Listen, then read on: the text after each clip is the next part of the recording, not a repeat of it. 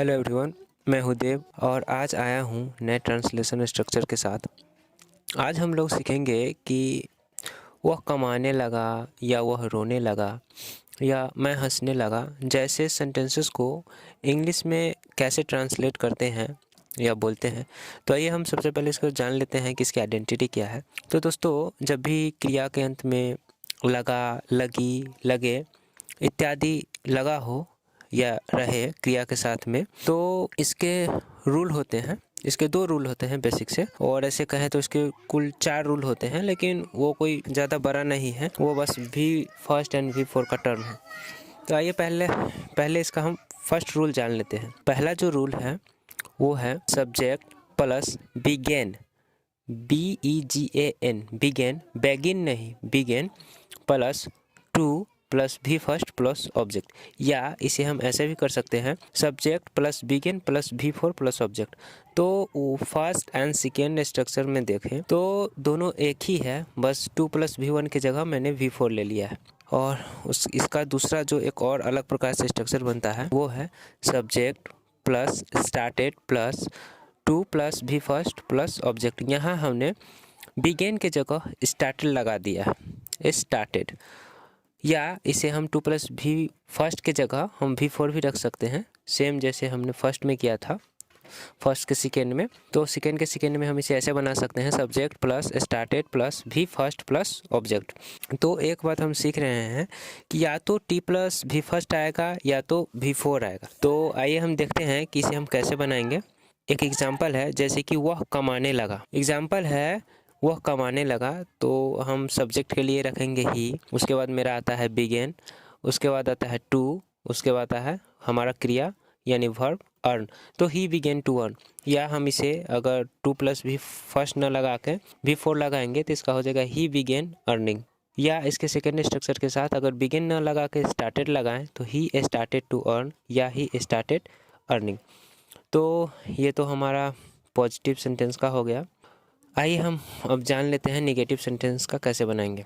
तो नेगेटिव में हो जाएगा subject plus did not plus begin, begin, begin होगा 2 + भी फर्स्ट प्लस ऑब्जेक्ट। यहाँ बिगिन नहीं होगा, BEGAN नहीं बल्कि BEGIN होगा। आखिर क्यों? तो वो जो बिगिन था वो हमारा पास्ट फॉर्म था, तो चूँकि हमने पॉजिटिव सेंटेंस में पास्ट फॉर्म के लिए कोई अलग से वर्ड नहीं लिए थे, तो यहाँ क्या है कि मैंने डिड नॉट ले लिया। डिड जो है ऑलरेडी पास्ट के बारे में बता चुका है, तो 2 बार पास्ट का हम यूज नहीं करेंगे। डिड एक बार पास्ट के लिए ले लिया, तो उसके बाद जो मेरा होगा बिगिन की जगह बेगिन लेंगे, तो इसका हो जाएगा subject plus did not plus begin 2 + भी फर्स्ट प्लस ऑब्जेक्ट। या इसको ऐसे भी बना सकते हैं subject plus did not plus begin plus V4 plus object. 2 + V1 की जगह हम V4 भी रख सकते हैं, उसमें कोई अंतर नहीं है। आइए इंटरोगेटिव को देख लेते हैं। इंटरोगेटिव हो जाएगा, इंटरोगेटिव में जैसा कि हम जानते हैं जो हमारा हेल्पिंग वर्ब होता है वो आगे आ जाता है, तो इसका हो जाएगा did plus subject plus begin 2 + भी फर्स्ट प्लस ऑब्जेक्ट। या अगर मेरा इंटरोगेटिव प्लस नेगेटिव रहे तो इसका हो जाएगा did plus subject plus not के बाद आ जाएगा बेगिन प्लस 2 + भी फर्स्ट प्लस ऑब्जेक्ट। या did plus subject plus not plus begin plus 2 + V1 की जगह V4 प्लस ऑब्जेक्ट। तो एक बात ध्यान रखें कि बेगिन लगेगा, बिगिन नहीं, क्योंकि इसका पास्ट फॉर्म बनाने के लिए हमने डिड लगा दिया है। आइए नेगेटिव का देख लेते हैं एग्जाम्पल। फर्स्ट एग्जाम्पल है मोहन वर्ग में नहीं हंसने लगा। मोहन वर्ग में नहीं हंसने लगा, तो मेरा जो सब्जेक्ट हो जाएगा वो मोहन हो जाएगा और सब्जेक्ट के बाद डिड आएगा। तो Mohan did not begin to laugh in the class. यहाँ मोहन मेरा सब्जेक्ट हो गया, डिड जो स्ट्रक्चर में है, प्लस नॉट आ गया नेगेटिव के लिए बेगिन, और 2 + V1 के लिए 2 एंड लाफ आ गया भी फर्स्ट के लिए, एंड इन द क्लास मेरा ऑब्जेक्ट हो गया। अगला अगर मैं नेगेटिव के लिए लूँ तो सेकेंड स्ट्रक्चर है क्या मोहन वर्ग में हंसने लगा। तो इसका हो जाएगा did Mohan begin to laugh in the class.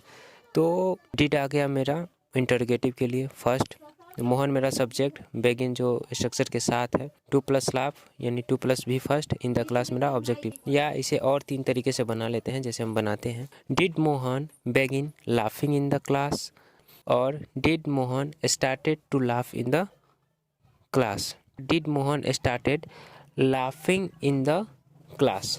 तो आइए इंटरोगेटिव प्लस निगेटिव देख लेते हैं। क्या मोहन वर्ग में नहीं हंसने लगा? तो इसका हो जाएगा did Mohan not begin to laugh in the class.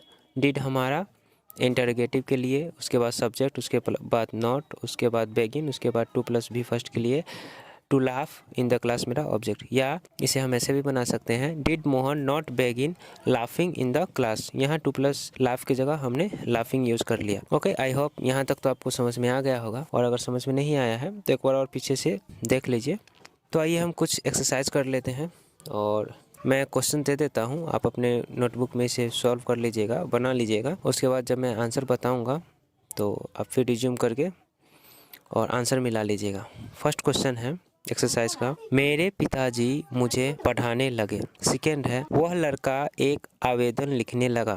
Third है, मैं दिल्ली में रहने लगा। फोर्थ क्वेश्चन है, मधुमक्खी फूलों पर मंडराने लगी। फिफ्थ क्वेश्चन है, वह मुझसे आँख लड़ाने लगी। सिक्स्थ क्वेश्चन है, क्या वह नाचने लगी। सेवेंथ है, क्या वह मुस्कुराने लगी। एट्थ क्वेश्चन है, क्या वह नहीं नाचने लगी। नाइन्थ है, वह गाली नहीं देने लगी। टेंथ, क्या वह गाली नहीं देने लगी। तो आप इसे अपने नोटबुक में नोट करके और इसका इंग्लिश में ट्रांसलेट करके देखिए, और मैं आंसर बताता हूँ। चलिए अब आंसर मिला लीजिए। तो फर्स्ट जो क्वेश्चन है हमारा कि मेरे पिताजी मुझे पढ़ाने लगे, इसका हो जाएगा my father began to teach me, या my father began teaching me, या my father started to teach me, या my father started teaching me. Second है कि वह लड़का एक आवेदन लिखने लगा, तो इसका हो जाएगा that boy began to write an application. Third है, मैं दिल्ली में रहने लगा, तो इसका हो जाएगा I started to live in Delhi. Fourth है, मधुमक्खी फूलों पर मंडराने लगी, तो इसका हो जाएगा वी बिगेन टू हवन ऑन द फ्लावर्स। अगला है फिफ्थ है, वह मुझसे आँख लड़ाने लगी, तो इसका हो जाएगा she began to ogle to me. छठा है, क्या वह नाचने लगी, इसका हो जाएगा did she began to dance. Seventh है, क्या वह मुस्कुराने लगी, इसका हो जाएगा did she begin to smile. आठवां है, क्या वह नहीं नाचने लगी, इसका हो जाएगा did she not begin to dance. Ninth है, वह गाली नहीं देने लगी, इसका हो जाएगा she did not begin to abuse. 10वां है, क्या वह गाली नहीं देने लगी, इसका हो जाएगा did she not begin abusing, या इसे हम ऐसे भी बना सकते हैं did she not begin to abuse. Okay, I hope आपको समझ में आया होगा। मैं ऐसे ही और स्ट्रक्चर्स लाते रहूँगा, और सीखने के लिए जुड़े रहिए। जुड़ने के लिए सब्सक्राइब कर लीजिए। Thank you.